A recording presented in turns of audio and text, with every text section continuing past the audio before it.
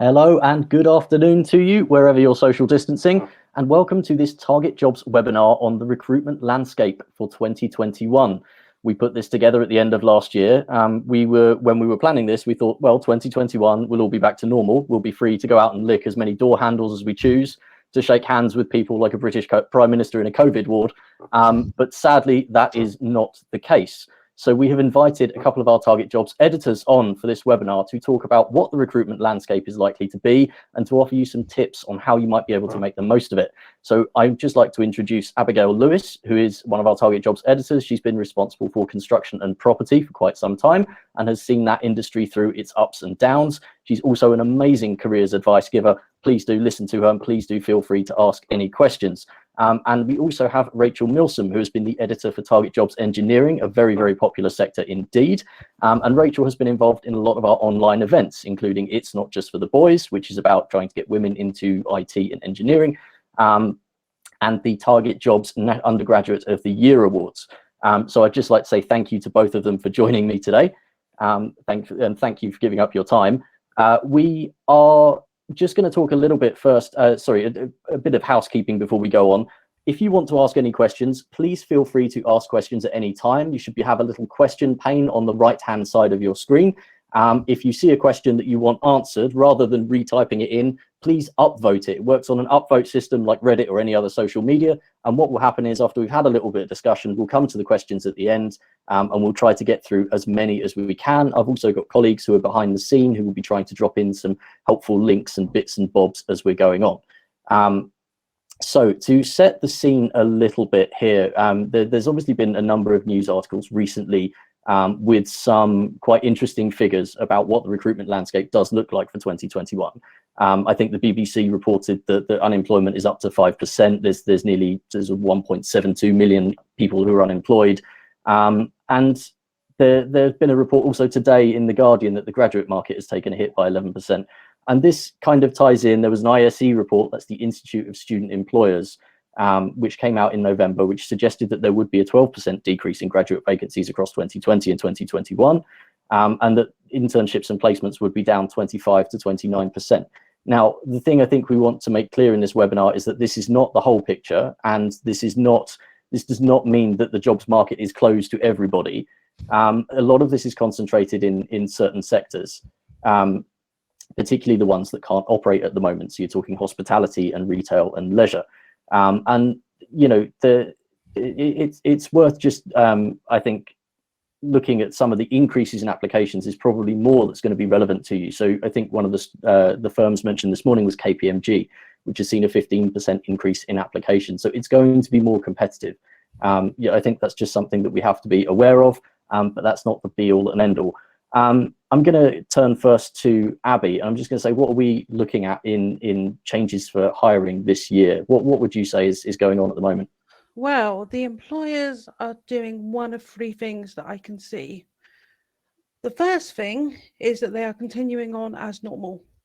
And what this means essentially is that they are either keeping open for applications all year, or they are setting deadlines and only reopening if they haven't got enough quality applications. So I would say keep an eye on TARGETjobs, keep an eye on the employer websites. Whew, sorry, I've run out of breath here. The second thing that some employers are doing is that they are opening applications, but they're closing again before the deadline, sometimes within a week.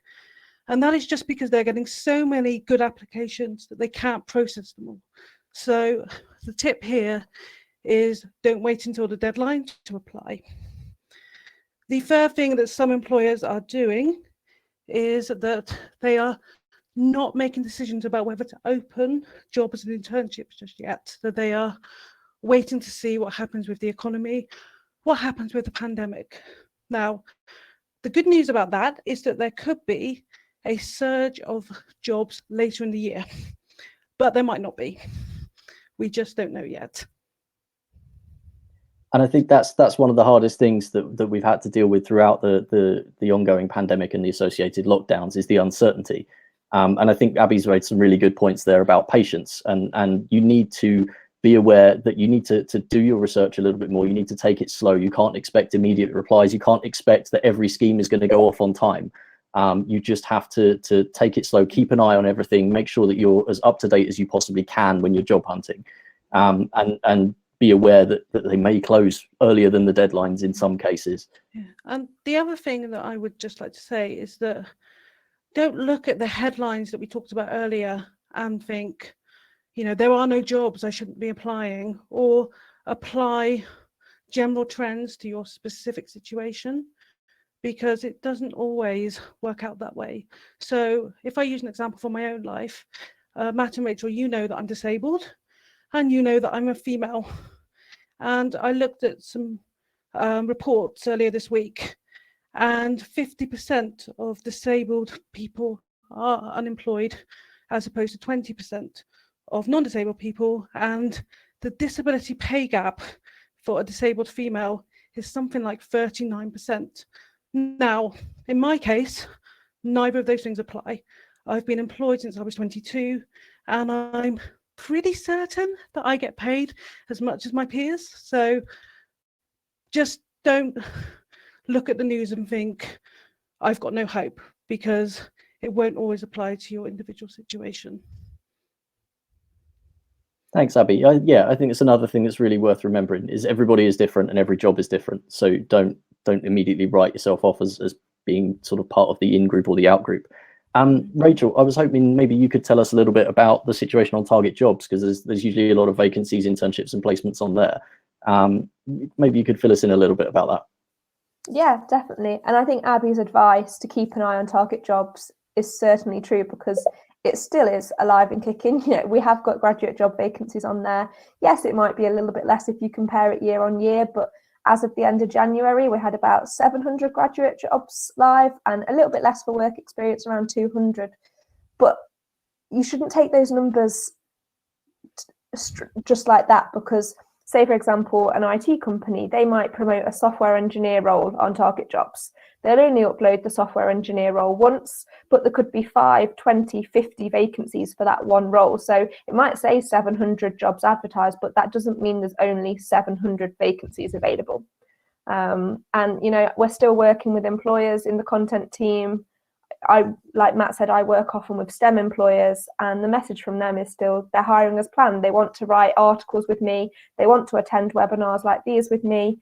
And they wouldn't be doing that if they'd paused recruitment, because they wouldn't spend their time on engaging on TARGETjobs, essentially. Yes, I think it is worth noting that we have been doing webinars non-stop since March last year, and there have been a lot of employers that are keen to get involved, and they're out there saying, oh, we are hiring, or in some cases they're just explaining we've just deferred our start dates. There are still people who are out there, they are looking for good candidates. So don't just discount it on the basis of seeing a few negative figures, certainly. So I think that what we were saying earlier is that it is very competitive. We know that at the moment. And people who maybe wouldn't have thought that they need to be looking for a job are now looking for a job, and it means that you are playing a numbers game on the paper system when you're first introducing yourself. I want to say because we've got a panel of TARGETjobs editors here across all sectors. I serve as the TARGETjobs law editor. So I just wanted to say, what do you wish that you'd known about job hunting, especially now it's a competitive environment, that you think might help people out there who are watching this? So let's start with Abby again. Okay, well, again, Matt, it comes down to I wish that I hadn't got tied up with the competition and how good my friends were, and how my friends were obviously so much better than me and had done so many more internships that they were going to get that job and I wasn't. I wouldn't have believed it if somebody had told me that then, but having interviewed candidates now, I know for a fact that you don't compare candidates against each other. You compare who best fits the role on the information that you have been given on a certain day. So I wish I could have told myself not to look on LinkedIn, not to worry about what everybody else is doing, and just focus on what I was good at and believing that I was capable of getting that job. I think that's really sound advice, and it's something I've been saying a lot on our pandemic webinar series as well. It's very easy to get social media envy at the moment. It looks like everybody is baking cakes or doing yoga or building robots or I don't know, trying to negotiate peace in the Middle East from their computer at home. Don't buy into it. A lot of what you see on the screen is not necessarily what's going on at home. And just coming out the other side of this okay is also acceptable. But I understand that social media envy can be a real problem at the moment. Rachel, how about you? What do you wish you'd known about job hunting in the past? Yeah, I think one thing I actually did, but I didn't realise the significance of at the time, was just the little things, that the extras that you do outside your course that add up, and you don't know what opportunity it's going to bring. So for myself personally, when I was at university, my university sent me an email about work shadowing days, and I thought, oh cool, good way to spend the Easter holiday. I'll go to this publishing firm for a day. 5 years later, I'm a senior content editor at the firm that I did a work shadowing day at. I went to the day, I really enjoyed it. I met Abby and Matt, and I didn't get offered a job on the day, but I sent a nice follow-up email afterwards. I sent it to Abby and I said, thank you for having me, more than that, but along those lines. And then when there was a job vacancy, Abby got in touch and said, did you want to apply? And so that's how I got my job. Straight out of university. And so I didn't realise that was going to happen when I attended the day. I thought I was just going to have a nice day out. So I think for me, you don't know what's going to happen by attending an event. And, in the days of COVID, okay, you can't necessarily do exactly what I did and go to the office, but, every student listening to this has attended this webinar. That's an extra. You don't know. TARGETjobs runs virtual events that you can attend, and you'll meet employers there, and something like what happened for me could happen for you. So yeah, I think I would say the importance of going along to the extra things. And also, I guess that ties into the art of following up, because if I hadn't sent my thank you to Abby, I doubt they would have bothered to get in touch with me. Well, we didn't have your email, Rachel, but it was all done for your career service. There we go. I accidentally gave them my email address and it worked in my favour. And it's been a pleasure ever since. So the thing I would just add, the thing that I wish I'd known about career hunting, and it's something that's I think is particularly relevant at the moment, is how to deal with rejection. And it's something that when you get it, it can feel very bad, particularly in a pandemic when things are already not the greatest. You can't really go out, you can't really do anything. You're applying for jobs from the safety of your own computer, and you're getting Rejection Bot 5000 sending you an email saying, thank you, candidate number X. We definitely did read your CV. We're really sorry. And it's learning how to take that and how to learn from it and how to adapt. And it's not something that's easy to do. Sometimes if you've gone through to an interview stage, it's a lot easier to pick up the phone and to ask someone, hey, what could I have done better? What could I improve on? Or to show them your CV and say, look, what was it on here that put you off? Sometimes you can have that direct communication, particularly if it's a smaller company with a smaller pool of candidates that they're drawing from. But it's when you don't get through that, it's learning how to improve without that aid there, without speaking to someone, without having someone who is on the other end, who has looked at it, who's made that decision, who can tell you why. And it's whether it's you take your CV away and you ask someone who's in your industry, who's in a similar level of position, who you happen to know, to get them to review your application and say, look, where do you think that I went wrong here? Why do you think they didn't pick me up? And they may just say, because it is difficult, they may just say, maybe it was just someone had a slightly more experience than you. Maybe someone had just slightly better grades than you. And that's something you have to accept and you have to learn and you have to deal with and move on. But I don't think anybody is really prepared for quite how that feels and how you have to deal with it when it's going on. So that would probably be the thing that I wish I'd known, and I think is particularly relevant in this environment at the moment.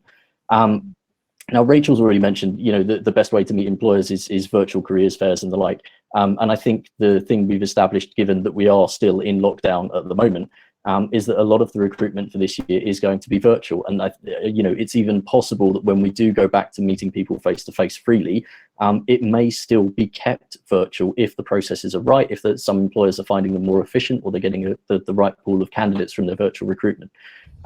So I think it's maybe worth just talking a little bit about what we mean when we say virtual recruitment, and things like that. So maybe Abby, I know you've dealt with a lot of video interviews and things in the past. What would you mind talking us through some of the aspects of it? Okay, so this might seem really basic, but I don't want to assume any knowledge here. So when we use the term virtual recruitment and employers use it, what they're basically referring to is anything that doesn't happen face to face. So it could be an online application form, it could be an online test, and there are different types of online tests. So you have the kind of ability and aptitude tests that might be numeracy, communication, inductive reasoning. You might also have what's known as situational judgment tests. And what they do is give you a scenario, such as a client is unhappy with your work. What do you do? And then at that point, if it's a multiple choice test, it could just be like a numeracy test and you choose the right answer. But some employers now are also doing them via video. So again, you might need to just select an answer on a screen after watching a video, or you might need to write or record your answer. So that's sort of before you get to the interview stage. Virtual recruitment at the interview stage, you have two types of video interview. The first was most common before the pandemic, and that was a recorded video. What you would do is you would log on, a question would flash up on screen, and you would need to record your answer to it and upload it to the platform. The second type of video interview is pretty much what we're doing now, Madam Rachel. It's basically a Zoom call or a Microsoft Teams call, and it's like a face-to-face interview, it's just over video. It's worth noting that not all employers will use all types of virtual recruitment exercises. They will vary it. And the final bit of virtual recruitment, which isn't that common, but it's becoming more common, is the virtual assessment center. And just like the Zoom call, you will go onto a platform and you might do an interview like we're talking now. You might do a presentation over Zoom or that platform, or you might get together and do a group exercise, again, over the platform. So that's virtual recruitment in a nutshell. I like to think that us doing a webinar is far more nerve-wracking than a video interview. I just want to add that. Yeah. So I mean, obviously with a lot of it being online and being in front of the camera, there's kind of going to be some universal sort of tips. What would you say are the best ways to prepare for a video interview? Well, I would put the tips into two types. There's the practical tips, which is all to do with the equipment and getting the technical stuff right. And then there's the making yourself a better performer tips. So with the practical tips, I'm going to give you some basic tips, but I would say if everything goes wrong on the day, don't panic, because the recruiters that I've spoken to are so keen to speak to you that if things go wrong on the day, they will phone you. They will find a way to get in contact with you. So don't worry too much about that. But having said that, there are some things you could do to help yourself. And the first is to hog the Wi-Fi. Get everybody out on their daily exercise. Ban them from using Wi-Fi. Just send them out. That will give you the best chance, and you can be secure of your connection. You can also think about your settings. Now, it is perfectly fine to be in your bedroom. That is absolutely fine. I would say, if you can't do a blurred background, make sure that it's tidy. So my cousin was doing a job interview a few weeks ago, and I gave him a mock interview, and most of my feedback was like, tidy up your bedroom, tidy up your clothes. And then look at the lighting, look where you could most easily be seen, and test your sound beforehand. And if you need to get equipment, if you need to get a microphone, if you haven't already get it, just get it. It will help. So that's all the practical stuff. The making yourself the better candidate, it does depend on what video interview there is. So the For the recorded video, the good thing is that you can choose when you do it. So you can practice. Look up the interview questions we have on TARGETjobs, or look up interview questions on other job sites and review sites, and practice your answers to them. And then record yourself giving those answers. I know it's cringy. I hate doing it myself, but do it, because then you can see what you actually look like. And for the face-to-face interviews, just do everything that you would do for a normal interview. Do your research, practice questions, but also the thing that I would say about video is that gestures need to be a little bit larger, I would say. You need to, it's harder to build rapport over a video. So you may need to smile a bit more than you would normally do. And you, it sounds really forced, but you need to show that you're listening. So actively try to show that you're listening. So those would be my top tips. Oh. Thanks, Abby. That's really brilliant advice, and that's something I actually hadn't considered. Is that when you're on video, I mean, even as you're looking at me now, obviously you have to work with the situation you have to work with the equipment you have. Maybe you're on a chair, maybe you're on a beanbag, maybe you're on a bed, but people can't read your body language in the same way that they would do if you're in a face-to-face interview. And that's really important when employers are assessing you on communication ability and things like that. They're looking to see those cues. You know, are you in a confident manner? Are you hiding away? You can't always see that on the video. So that, I think that's a really interesting point. But the good thing about that, Matt, is that, you know, if you are so nervous that your legs are shaking, nobody can tell.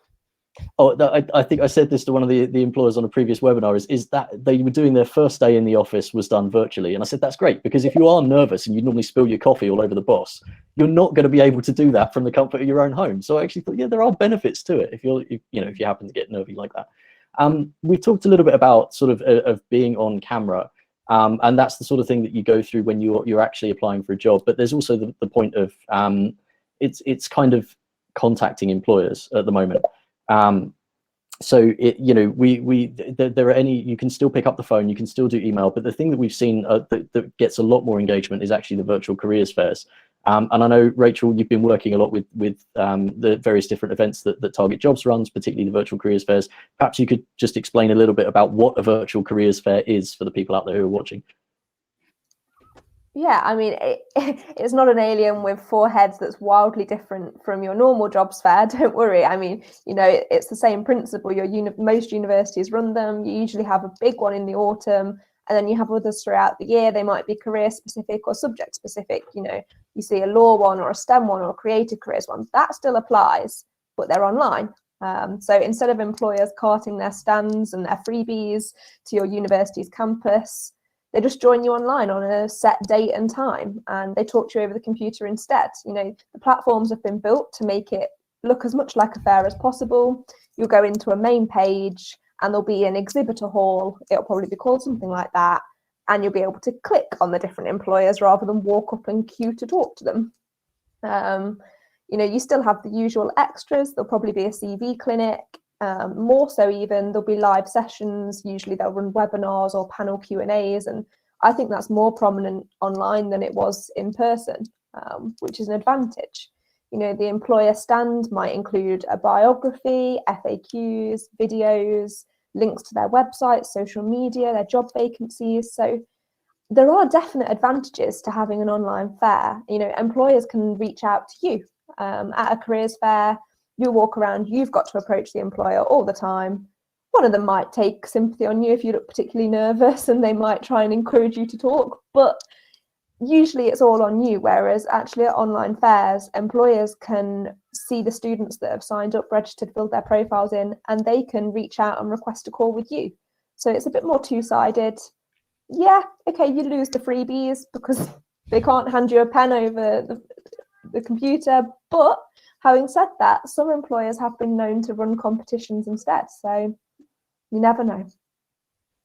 Thanks for that, Rachel. I mean, it's not even, yes, you're not going to get your plastic frisbee or your branded USB drive, But I think I was talking to someone the other day who was saying, well, actually, when we go to a careers fair, we hand out we give a PDF package. There are some links in there for some digital goodies. I think they were like desktop backgrounds and stuff like it. It's not quite the same. You kind of want something like a frisbee that you can injure someone with, but it's something. It gives you a little something to take away as a kind of, oh, well, I got this from them. Maybe other people can't get that online, kind of thing. What about your tips for attending a virtual careers fair? I mean, you've already mentioned, it's, as you said, Matt, ask a stupid question. It's much like a normal careers fair, just online. But there is a difference, right? I mean, just with the kind of do's and don'ts, the things you should and shouldn't do. At an in-person careers fair, you'd be walking around and maybe someone will grab you by the arm and say, you look interesting, talk to me, and maybe we can work something out. Whereas you're not going to get that at a virtual careers fair. So then you're obviously going to have to work a little bit more.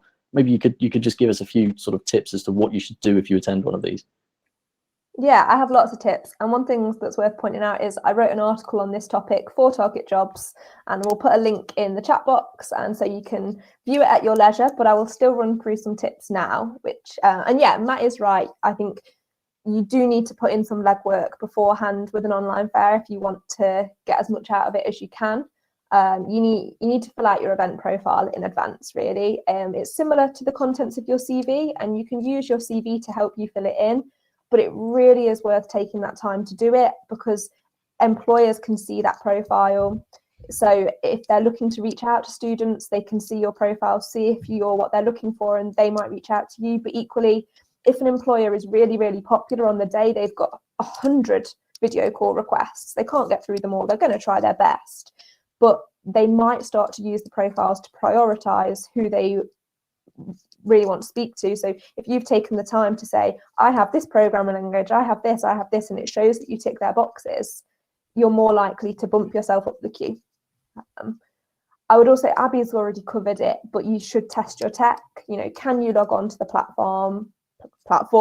Are your webcam and microphone working? Is your device fully charged so you don't suddenly go off screen? The employer wonders where you've gone. Have you got internet connection? Is the browser you're trying to use compatible with the platform that you're going to be using? The simple things like that. Take 5 minutes or so to familiarise yourself with that. And often fairs do have a IT stand if you're having difficulties on the day, so don't panic if you are. What else? I would say have a plan of action. Find out which employers are attending. Fairs will usually list these in advance. Decide who you want to talk to and do your research. That's the same for in-person fairs. Look into the employers and then have some questions prepared. And what I find is if you've done your research, it stops you asking the stupid questions that they'll say, well, if you've gone on our website, it's actually on the homepage. So that will help. And draft your elevator pitch. If you don't have to worry about fluffing your lines, and you don't have to worry about missing out something important, because you can have it typed, ready to go, copy and paste it into the chat box to introduce yourself. That's, I used to really stress about going to the careers fairs and thinking, how am I going to introduce myself? What do I say? What if I mess up? You don't have to worry about that with a virtual fair, because you can just copy and paste. And also keep a high standard of written communication. Use full grammatically correct sentences. Don't, speed type, send it without reviewing it and see that you've got 5 spelling mistakes. Reread to just check that it's all okay. And avoid the memes, GIFs, tech speak, slang that you might use in your WhatsApp chats. It's probably not the occasion for it. Thanks, Rachel. And we will come back to what an elevator pitch is in just a minute and sort of look through some examples of that. I think one of the interesting ones that you mentioned at the very beginning was how you fill out your profile. Whereas as I said, when someone can grab you by the arm at an in-person careers fair, the only thing they've got to go on is your profile when you're attending virtually. And in this day and age where there's a little bit of, let's say, nervousness around, is the data vampire trying to steal all this away from me? In an era when people are not necessarily trusting a lot of the kind of big tech companies, this is a very different thing. You have to remember, because this will be personal to you, it should be protected by GDPR and all of that. But it is your only way to get seen by employers, and they will reach out to you if they look at your profile and they see something they're interested in. They really will contact you, and they will. You need to have that information there for them to see, though. So while it's a little bit nervous, going, do I really want to put in all my past work experience? They need that. They need to see that. I've filled one in when I've been working as staff, and I've had employers contacting me, and I've had to go, I'm really sorry, I'm glad you like the profile, but you can't, I'm just working this event, please. You know, you do get contacted by people. They are proactive, but they need to have that information to work with. They'll ask you about if you've got your degrees up there, they'll ask you, oh, what have you enjoyed about your degree? If you've got work experience up there that's relevant, they'll say, well, why did you choose to do that? And then it starts a conversation. It's a really good icebreaker. So I still say that virtual careers fairs are at the moment appear to be the way that you can that you're most likely to get a response from employers, is the way that I've looked at it. But you can reach out to employers in other ways. Abby, what's the best way to contact employers at the moment, do you think? Oh, well, it depends what you want, actually, which is probably not a very helpful answer, Matt. I would say if you are a student, look out for any careers events run by your careers service, and a plug for TARGETjobs. We have our own events that we run, which I think Rachel can tell you more about. And because those events or any webinars that you attend is your chance to speak directly to contacts at that organization. So they're a good way in. And certainly for our events, I do know that the employers who attend them quite often get in contact with you after the event to see if you're still interested in applying to them. So anything you can do careers events wise is a great way to start. But some sectors and some professions get more events than others. So another good way of finding out more about a profession or getting in contact is actually through LinkedIn. And I'm not going to sit here and say you should spam every single employer that's out there. You need to be very targeted, and you need to know what you want. The worst thing you can do is to just say, I want a job, can you give me one? It needs to be a bit more of a relationship. So quite often I would advise finding somebody who works for a company that you're interested in, or does a graduate level entry job, or the recruiter, and start by asking them for their advice. And if they come back to you, brilliant. So those are probably the easiest ways to contact employers from scratch at the moment. But it is worth noting that if employers are advertising vacancies on websites such as TARGETjobs or on their employer websites, that's the channel you should go down first. Yeah. Was that kind of in the right area, Matt? That's what I think that's excellent advice, Abby. Thank you very much. And it's worth, the thing that I always bring up in these is when you say LinkedIn, because yes, obviously you don't want to spam 100 different employers. Yes, please give me work. You never want to use even just the bog standard connect message that the LinkedIn offers, which says, hello, I am Android number 43, please connect with me. You type a message in there, and that's where I think we're going to come to the elevator pitch, which Rachel has a great example, which is on the article on the TARGETjobs website. And I should mention that one of my colleagues has been posting some links to articles in the question boxes. So the article that Rachel mentioned on virtual careers fairs is on there. And there should be an example of the elevator pitch, which is one that I've drawn out a couple of times in past webinars because I thoroughly enjoyed it. So Rachel, go on, tell us what an elevator pitch is. And if you have an example that you'd care to share, which please feel free. I feel like you've built this example up far too much now, but I will start with saying what an elevator pitch is, and then I will treat you to my example. Essentially, it's how you introduce yourself to an employer. And the example I'm going to give is quite specific to a virtual careers fair, which is you certainly need to introduce yourself. But, Abby mentioned it might be introducing yourself on LinkedIn. It might be at an interview. You might be asked, tell us about yourself. So essentially, the elevator pitch is used then as well. How would I describe it? It's not worlds away from a dating profile, except way more professional. It's not the time to say whether you like pineapple on your pizza or if you're a dog lover. It's a few sentences about who you are, your academic and work background, and in a virtual affairs context, why you want to talk to them. In a job interview context, it might be why you're interested in the organisation.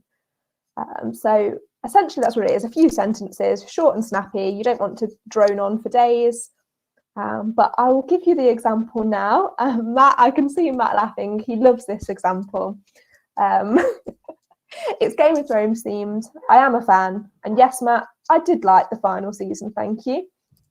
So the example Someone press the disconnect button. Disconnect. So the example is, hello, I'm a third year mechanical engineering student at the University of Westeros, and I've recently completed an industrial placement year at a small shipbuilding company in King's Landing. I'm now looking for a graduate job in the marine industry. Could you tell me more about your scheme and the training your graduates receive? I'm available before 3 p.m. if you would like to have a call. Thank you.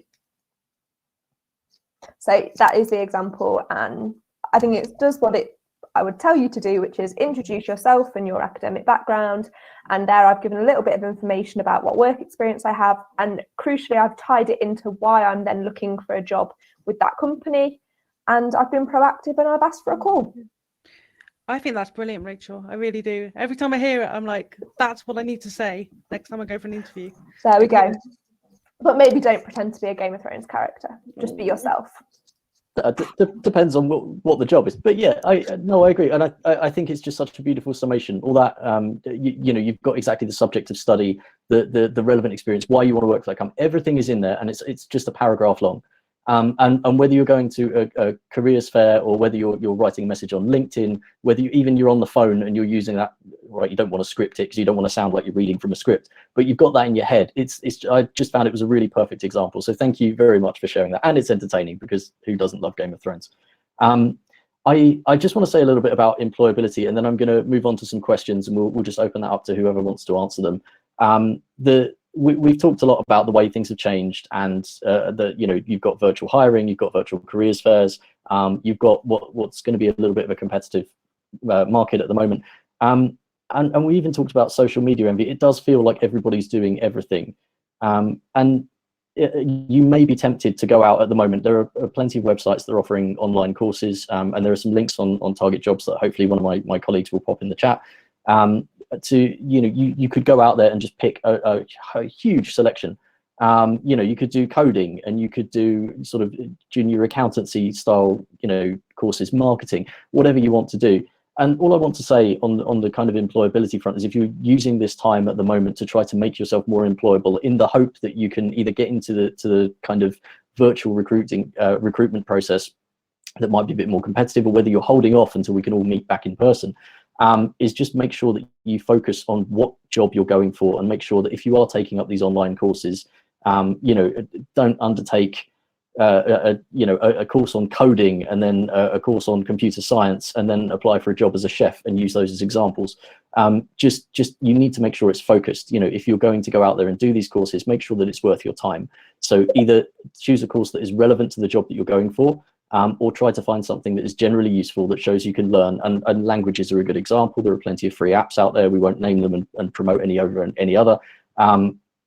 But there are plenty of free apps to start learning languages. There are plenty of courses that you can take online to learn languages. It shows you can learn, shows that you're going to develop a bit of cultural sensitivity, sort of universally applicable skills. Just make sure that if you're going to do it at the moment, you are thinking about how you want to improve when you're going into the workplace. And when you turn up to these virtual careers fairs, or you turn up to virtual interview, that you've got that information, and that it is relevant to the employer, because you have, of course, done your research. And if you need more help on that, go to targetjobs.co.uk. We've got plenty of articles on how to research employers when you're looking for a job.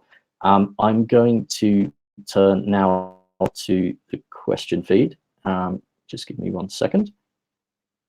And we shall start at the top. And this is one that I think Abby mentioned earlier on today. Do most employers start looking at applications as soon as they're submitted, or do they wait until the closing date to sift through them all? Abby, what do you think? It varies. It totally depends on the employer. Some start early, some think it's fairer to wait. It partly depends on how many applications they get, I think. If they know they're going to have thousands to look at, they might start early. What I would say is, don't worry too much about it. Get your application in. It doesn't matter if it's just before the deadline or the day after the job opens, as long as you've got it in. Yeah, I think it's don't work on guesswork either. Don't assume that it will be sifted at the end. Don't assume that it's going to happen as soon as it goes in. Yeah, I think that's really sound advice. Thank you.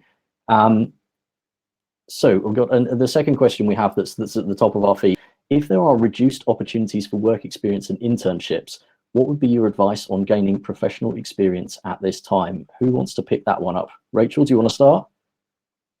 Oh, why not? There are other ways, and I think the key here is you say professional experience, but I think one thing to say is it doesn't have to always be formal schemes that look good on your CV. There's so many things that you can do outside of that, like your extracurriculars, which I know it might not be as easy to keep up some of them, but you can, whether it's playing an instrument, learning a foreign language, Matt's talked about online courses. We've talked about the virtual events that TARGETjobs is running, attending webinars like this, and all of that can help you develop skills. I think if we can find a link, and I'll post it in, we have an article that we wrote at the start of the pandemic, I think, which was socially distanced activities you can do that look good on your CV. I will dig that out in a second and put that on here for more ideas. But I think don't get too bogged down in the word professional experience, because employers want to see humans, not just robots. And experience doesn't all need to be formal internships, formal placement years. They like to hear about your interests, your hobbies as well, and you can work on them at this point in time. And it's okay to have had to have taken time to just take care of yourself, or to take care of your loved ones and protect your loved ones. Employers understand that, and I'm sure I know Abby feels passionately about that. Yeah, I would just add to that what they're interested in are examples of your skills.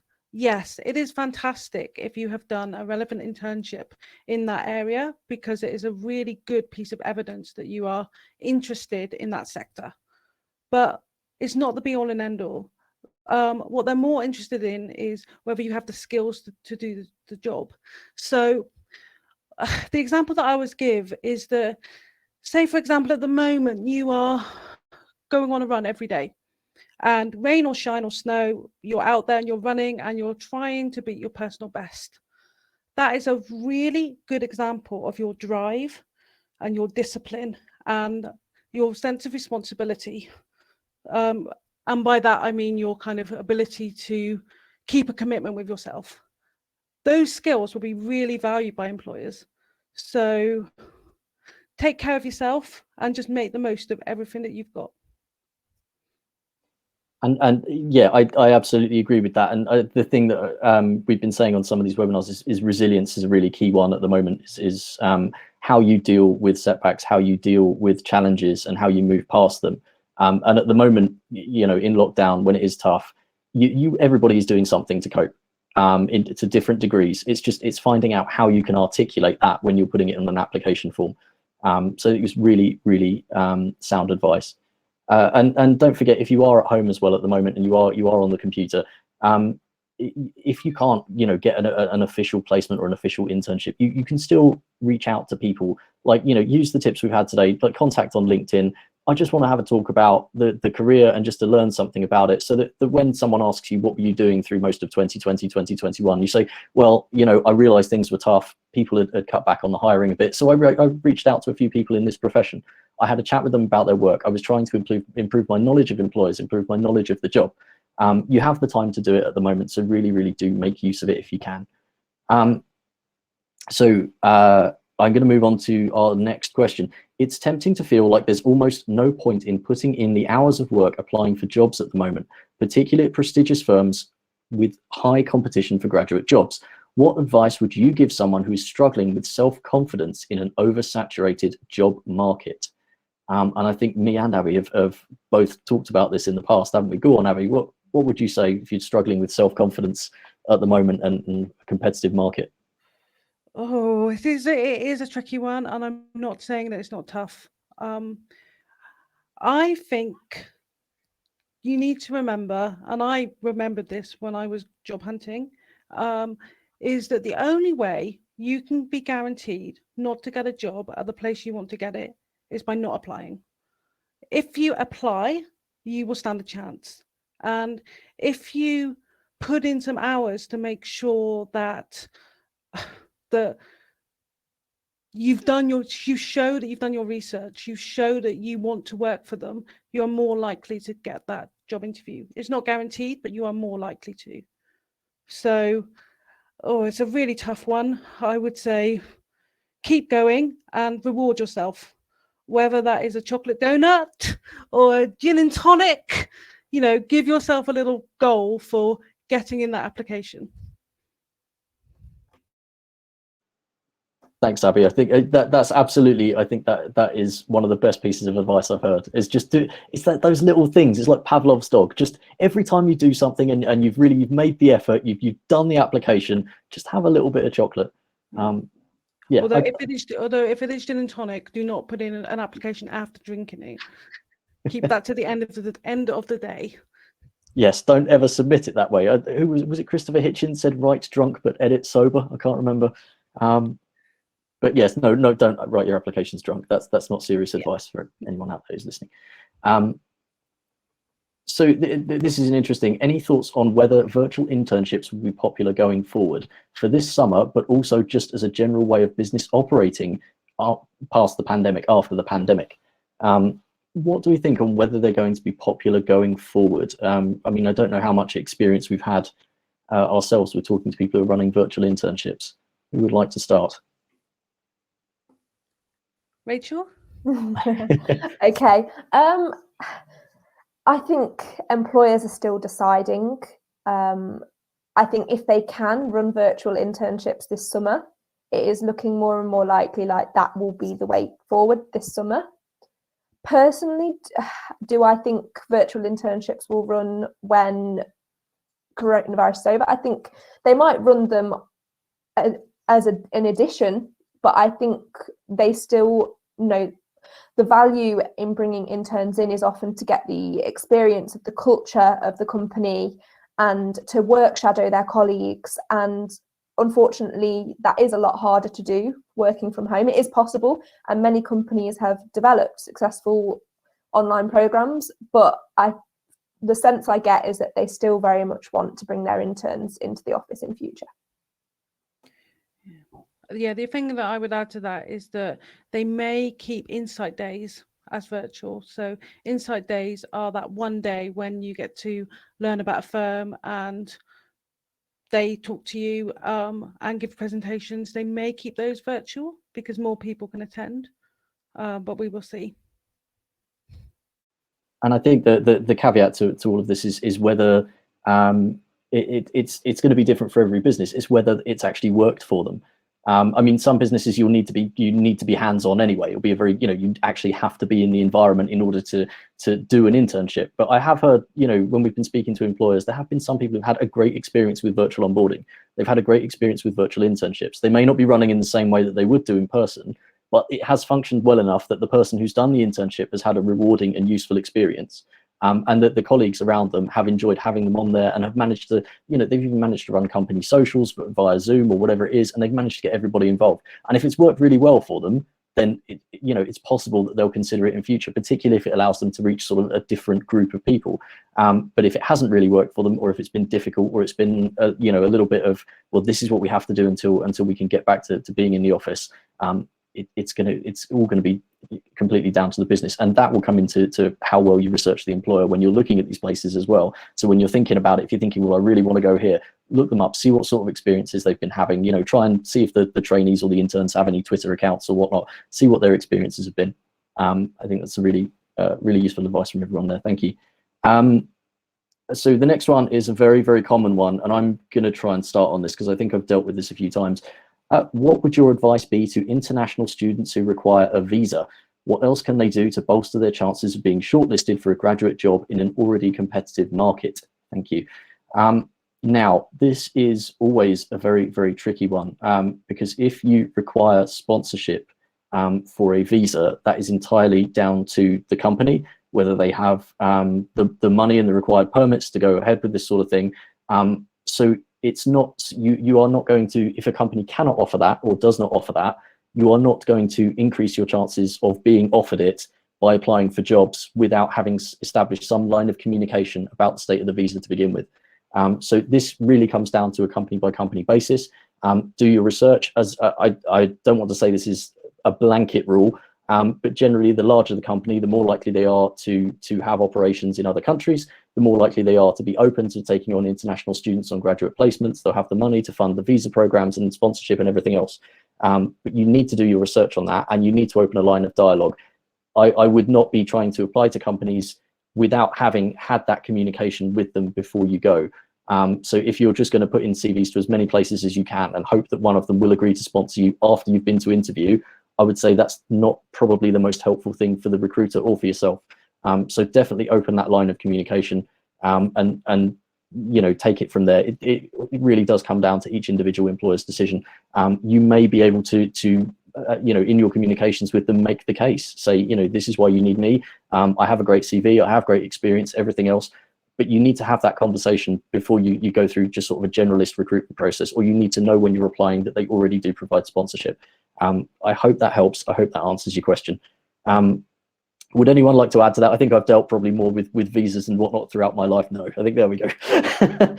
I've had far too much experience. I've been on the receiving end of that myself. I've had to have working visas abroad, and it has just come down to the company and a lot of paperwork, and a lot of communication between people as to whether they will provide it for you or whether they won't. So yeah, I know that's not the best thing you want. It's not the thing you really want to hear, but it is the way that things are. I'm sorry.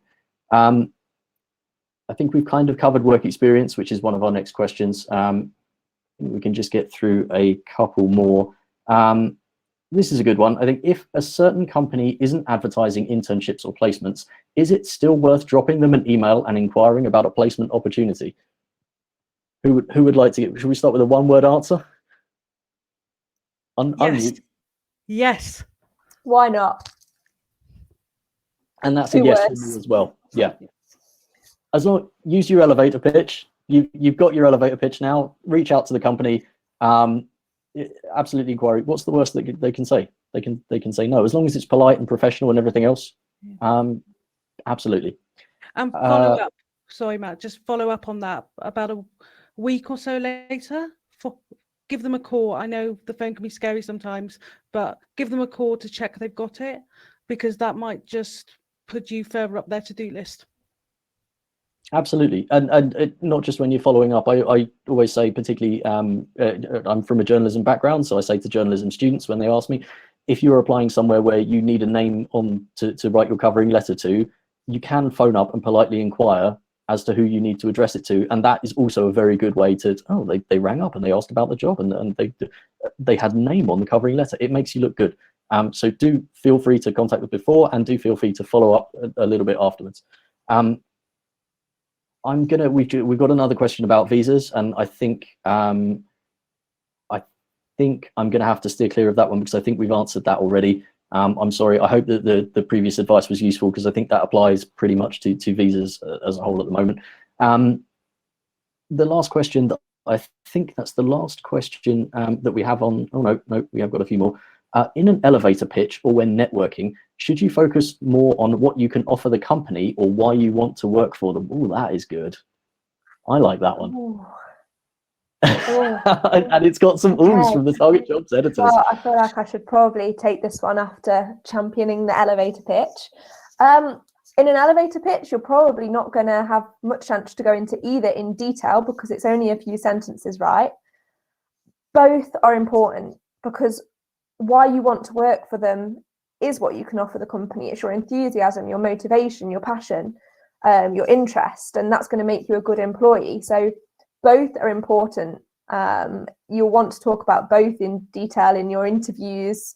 When networking, again, they want to hear that you're enthusiastic. They want to hear what you can offer in terms of your experience, your skills. All I can say is you want to touch on both in equal measures. And I think that's particularly true if you are a graduate and this is the early stages of your career, because what you why you want to work for them is also something you can offer them, because it's, as Rachel said, it's your passion, it's everything else. If, however, you were a multi-million pound, you've reached 50 years in the job and you've negotiated deals across the world, then maybe you might want to focus more on what you can offer. But definitely when you're starting out, it's why you want to work for them as well as what you can offer them, and keep it nice and balanced. I think it's a really good answer. Well done, Rachel, for fielding that one. So we've got a question. Do we have any information about what the job market might look like after the pandemic restrictions ease up a little? Or do you have any information on where to find out this sort of information, just so that I can plan next steps, please? I am not going to put this question out to us. I think this is very, I think we all want some form of information so that we could plan our lives, and not be bouncing off the inside walls of small bedrooms. I don't think anybody can predict that at the moment. I don't think that even employers could predict that at the moment. I don't think the government can predict that at the moment. So I don't think that's a question we can answer in this webinar today. But thank you very much for being very keen and really hoping for an answer on that one. If you do find anything out, please do pop it in the chat box on the right hand side, because we'd love to know as well. I think we've got time just for a couple more. In the case of situational judgment tests, would you say that they actually filter out the best candidates, or are they a somewhat unfair way of trimming the number of CVs and covering letters that the hiring managers have time to read? Now, Ooh. Go on, Abby. Okay, well, what I would say is that every individual assessment method that employers use have pros and cons. And they all assess either the same things in different ways or different things in different ways. And they're normally used all together. So the situational judgment test is aimed to capture how you might behave in a workplace situation. So you will be given situations that you are likely to face in that particular workplace. And they want to see whether your values, whether your instincts would match their culture. And that's what that's trying to assess. Is that fair or unfair? I can't really say, unfortunately. It just is. Sorry. I think that's quite right. It's very difficult to, we certainly, with a large company, if you're using a situational judgment test, you probably have quite a large number of candidates. You probably have a decent sized human resources team, and you are going to be kind of regulated and have oversight and everything else. And they will try to keep it as fair as they possibly can. No, and they won't just use the SJT as well. So they will, if they do an SJT, they are likely to have done a series of tests, and they will use all of them, not just the one type. Yeah. Exactly. So it's part of a wider process, I think, is what we're saying. And you have to hope that if you are recruiting on that scale and you are using those kind of tools, that you are going to keep it as open as you possibly can on different criteria. I think we'll make this our very, very, very last question before we have to say goodbye. Have you seen a drop in salary offerings for graduate or entry-level jobs as a result of the pandemic? If so, is it appropriate to negotiate, and could you share some tips? I think we need to break that down a little bit. Have we noticed, I mean, we all work on different sectors. Have we noticed a significant drop in salary offerings so far? And then is it appropriate to negotiate salary at, I'm assuming, at the recruitment stage? So let's break this up. Shall I start off, and then Rachel can add in with her sectors?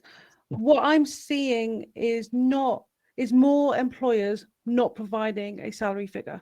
So they are saying that they are competitive rather than saying we offer 25,000 a year.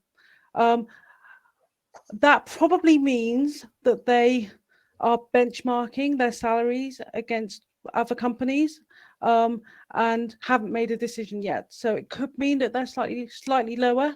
It could mean that they're slightly higher, because obviously some job roles will be more in demand than others. So I don't know if they've gone lower necessarily.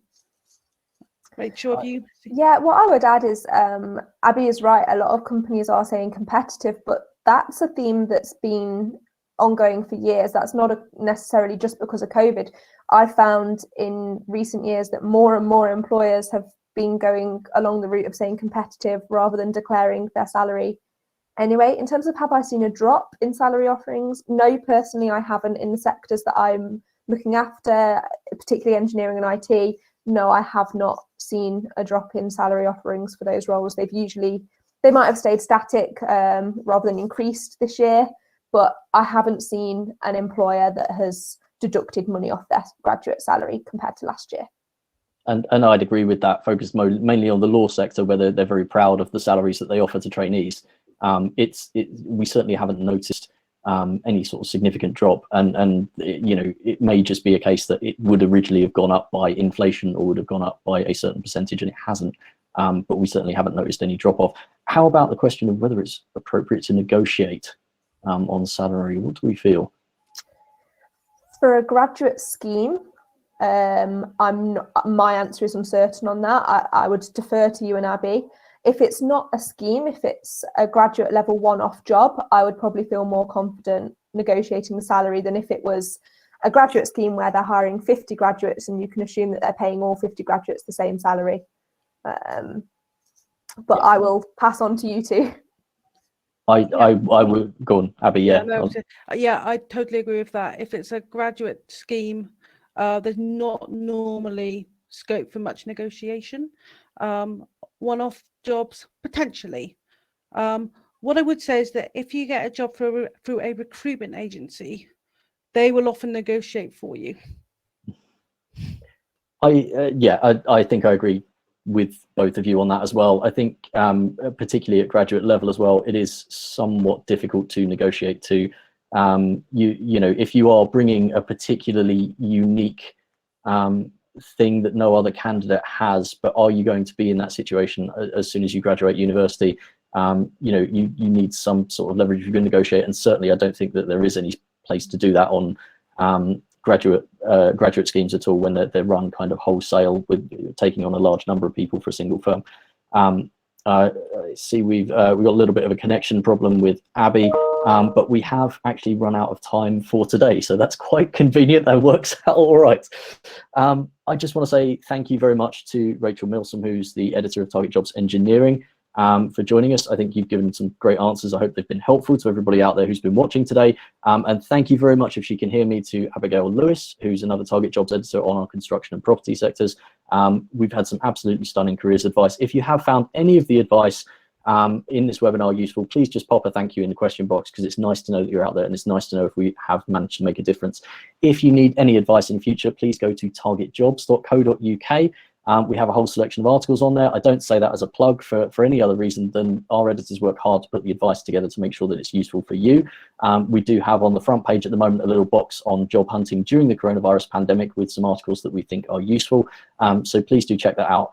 And Abby's back, so just in time to say goodbye. So if we could all just say just one more big thank you, and we'll hopefully see you in the next webinar. Bye for now. Bye. Bye.